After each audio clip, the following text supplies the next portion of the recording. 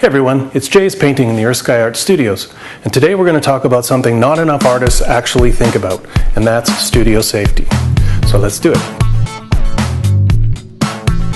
So as oil painters, there are basically four main areas of safety that we need to take into consideration. Two of them anyways apply to pretty much any kind of painting, but there are four things I'm going to talk about today. We're going to talk about paints, solvents, your environment, and your general habits. And with that, let's start with paint. Okay, so let's talk about paints. If you watched my previous video, link up here, you'll know that oil paints are basically linseed oil and pigment.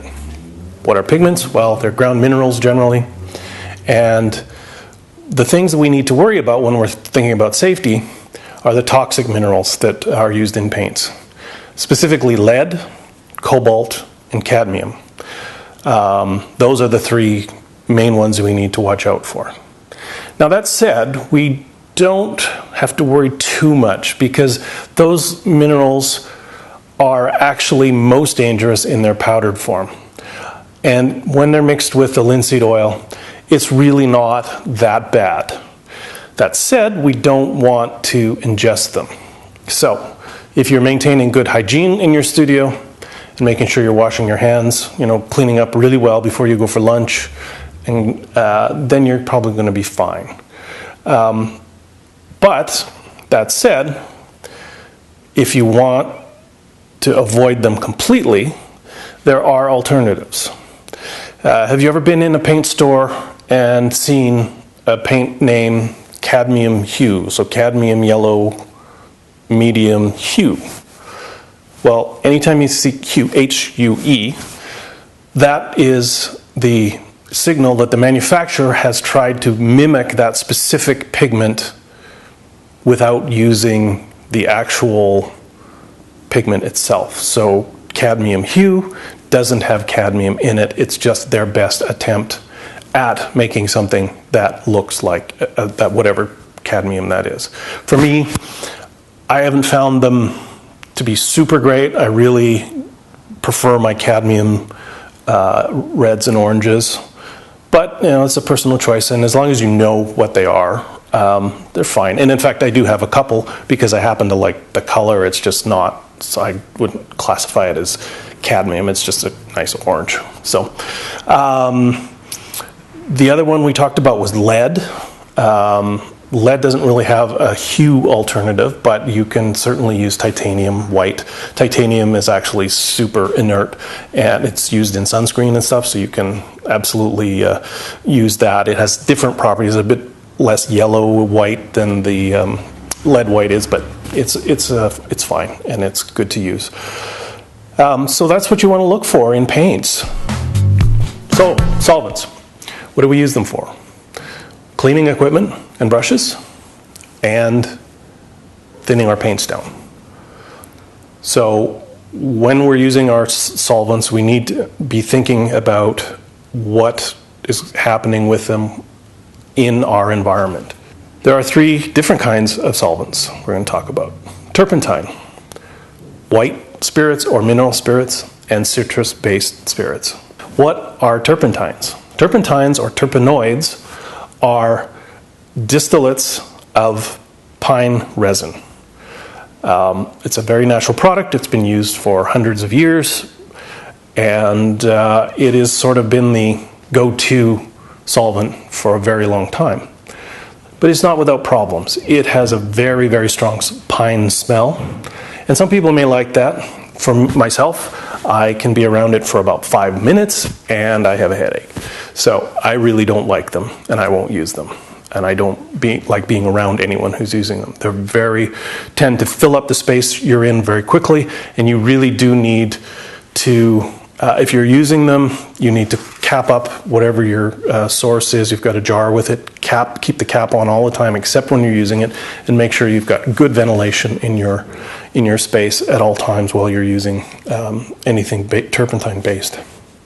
So white spirits or mineral spirits, what are they? Well, basically the mineral we talk about is petroleum. technically a mineral. Most people don't think of it that way, but it kind of is. So basically, it's petroleum distillate. The problem with white spirits or mineral spirits, we'll call them mineral spirits, is that there's a huge range available out there. The stuff you're familiar with in your hardware store, otherwise known as paint thinner. I don't know if you know about the renovation headache, but that's basically what that's all about. People painting with oil-based paints and solvents like mineral spirits, paint thinner. It can make an entire household sick with nausea, headaches, breathing difficulties, all those kinds of things. So that's why most paints nowadays are latex, because they are so much better. They don't have those volatile organic compounds in them. When we move a step up, we can get to some of the low odor mineral spirits, and sometimes you can find those in the hardware store as well. However, those are still going to be a fairly high odor despite being called low odor. So you really don't want to be buying solvents in the mineral spirit category from any place but an art supply store. There are a couple of really good ones that I can get, and not only are they low odor, they're basically no odor. I use a Gamsol, and there's another one that I use called Demco, and they're both basically no odors whatsoever. I'm not being paid for this, it's just what I use on a daily basis. Both of those are, as far as I'm concerned, very low odor enough that you can use them in a condo, because I did for a couple years before I got my studio. You really can only smell the smell of the linseed oil even when you're using these solvents. Now that doesn't mean that the solvents are completely, just because they don't have an odor doesn't mean they don't give off fumes. You definitely still want to have adequate ventilation. But if you are susceptible to the solvent headache, definitely the very low odor solvents you can get at the art supply store are a very good choice. Another nice thing about them is they're extremely, because they're so highly refined, they're actually, they don't even require flammable product labeling on them, because they basically don't burn. I took on a recent artist-in-residence trip, I took some Gamsol on an airplane, and I had to check out to see, what was necessary, and they basically said, it's fine, you don't have to worry about it. Had to show them the material safety data sheet, but they weren't concerned about it because it has such a low threshold, flame threshold, so very good stuff to be using. As for these new citrus-based solvents, I haven't used them. My understanding is that they have a lot of the characteristics of the terpenoids, and basically the same kind of strong smells. They're just more citrusy than piney. Probably would be an issue for me. So I'm not going to even try them. I'm very happy with the kinds of reactions I get, or non-reactions I get, to the odorless mineral spirits that I use. Now, one thing we should think about when we're using solvents of any kind is just not to get them on your skin. Every single solvent is going to go through your skin. Your skin is actually pretty porous to most things. So it's very much best not to get any kind of solvent on your skin. So if you're going to clean up your hands, your arms, your nose, depending on, how into it you get, you'll want to not use solvent to do that. And what's the best thing to use? Coconut oil. Coconut oil is absolutely amazing. It takes off 95% of the oil paints on your hands. Makes your hands nice and soft. What I do is I'll do a cleanup with coconut oil first, and then I'll just use some soap and water to get the rest of it off. It works really well, and is not only is it not hard on your skin and your system, it's actually pretty good for your system, unless you're allergic to coconut. So, environment and habits. are kind of one and the same, because how your studio is set up often will dictate how you work. So we'll kind of go over both of those things. Okay, environment. Look around. What do you see? Do you have good lighting? Do you have good ventilation? Do you have filtered air at least?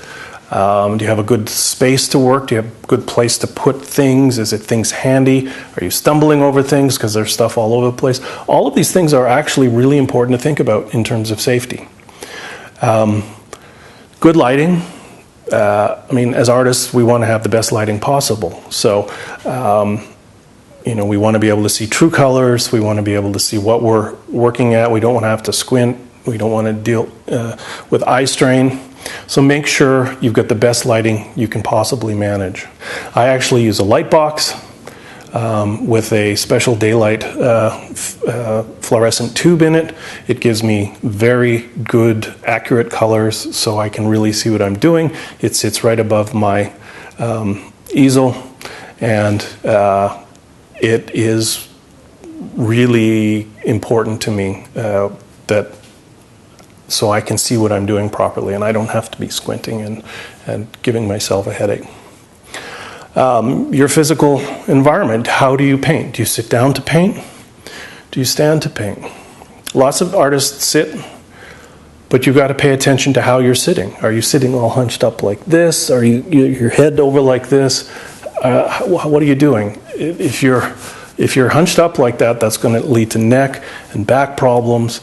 Hunched over, it's going to cause problems with your lower back. So really pay attention to your posture if you're going to be sitting. Make sure you have a good chair. You might find that a taller chair, like a bar stool kind of chair, might be a little more comfortable. For me, I don't like sitting at all. I actually only ever stand up to paint. I have an easel that moves up and down. So I'm not doing this. My easel moves up and down for the most part. I mean, it's got a limited range, but I can get most pieces up and down, so I don't have to be bending over to get at it. So that's really critical for me, and that's something you might want to consider. If you do decide to use a stand-up easel, you'll want to look at what your floor is like. Are you on carpet? Probably not, but maybe if you're in your apartment or condo or whatever, you work with what you have. But I'm working on a concrete floor. If you're working on hardwood, probably very similar. It might have a little bit of flex underneath it, but it's going to be hard. So if you're going to be standing for 4 or 5 hours at a time, you might want to consider getting yourself a fatigue mat. I use an industrial fatigue mat. And it's big enough that I can move side to side and back and forth and always have this cushion underneath. And it is really a huge improvement over standing on straight concrete. I couldn't do it. My back, my knees, and my feet would just be always in pain if I was just on the concrete. And again, think about if you're going to sit, make sure you've got a good chair. If you can, spend the money on a good chair. There are lots of fairly decent chairs that can move up and down, so you've got a good way to adjust your posture and your drawing angle or painting angle or whatever. So think about that as well. And then, of course, finally, you have to take breaks. You have to take breaks. Probably at least once every hour you should stop, give yourself a little shake out, maybe do a little bit of yoga or whatever, go do stretch, go play with the dog for 10 minutes, whatever you want to do, but you really do need to take a break. It's good for your brain, it's good for your body, and you'll feel better, and you'll be able to paint longer when you do it. Something that I have been learning gradually as I'm spending more and more hours in my studio, in my new studio here, that I'll take coffee breaks. I'll go sit down and I have a couch over in the back over here, and I'll just sit down and watch a YouTube video on art. But it's good to just take those breaks mentally and physically, so make sure you do that. Okay, and one final tip. As part of our daily studio practice, we're going to be using linseed oil, solvents, and rags. So we really have to be aware of how we're handling and disposing of those rags, because linseed oil is very prone to spontaneous combustion, and so is turpentine. Most of the solvents you would use, the mineral spirits you would use in the studio, especially the odorless ones, are far less prone to it. But we want to take care of the rags the same regardless, just to make sure. So now, as artists, the linseed oil amounts in our paints are far less than they would be in, say, a furniture refinishing shop, which would use linseed oil just in huge amounts. So it's less critical, but again, why take the chance? So there's a couple ways you can handle this. You can get yourself a fire-safe metal can. They are very specific fire safety cans, so make sure that it's UL approved or CSA approved or whatever your specific approval for storing those kinds of things.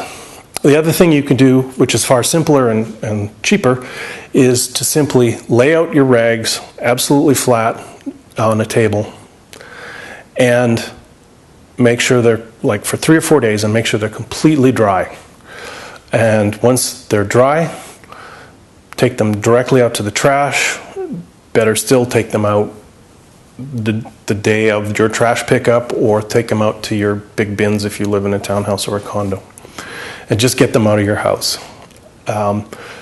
You do not want to have a pile of rags just sitting in a garbage can, because they absolutely can and do self-ignite. So if you want to check out, there's videos all over the internet about linseed oil and spontaneous combustion, so you could check those out. Very scary stuff. Probably not a huge issue, but why take the chance? So just spread them out and dry them, and then get rid of them immediately. Okay, and that's it. As they say, be safe out there, or be safe in your studio, and I hope you learned something today. If you like this video, please like and subscribe. Click that bell if you want to be notified when more videos like this drop. I'm trying to do them about once a week, but that's going to vary, so being notified is your best way to keep track of when they're going to be out.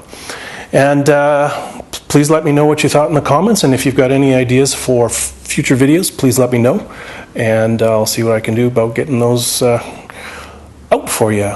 And so, this is Jay's Painting in the Earth Sky Art Studios. Until next time.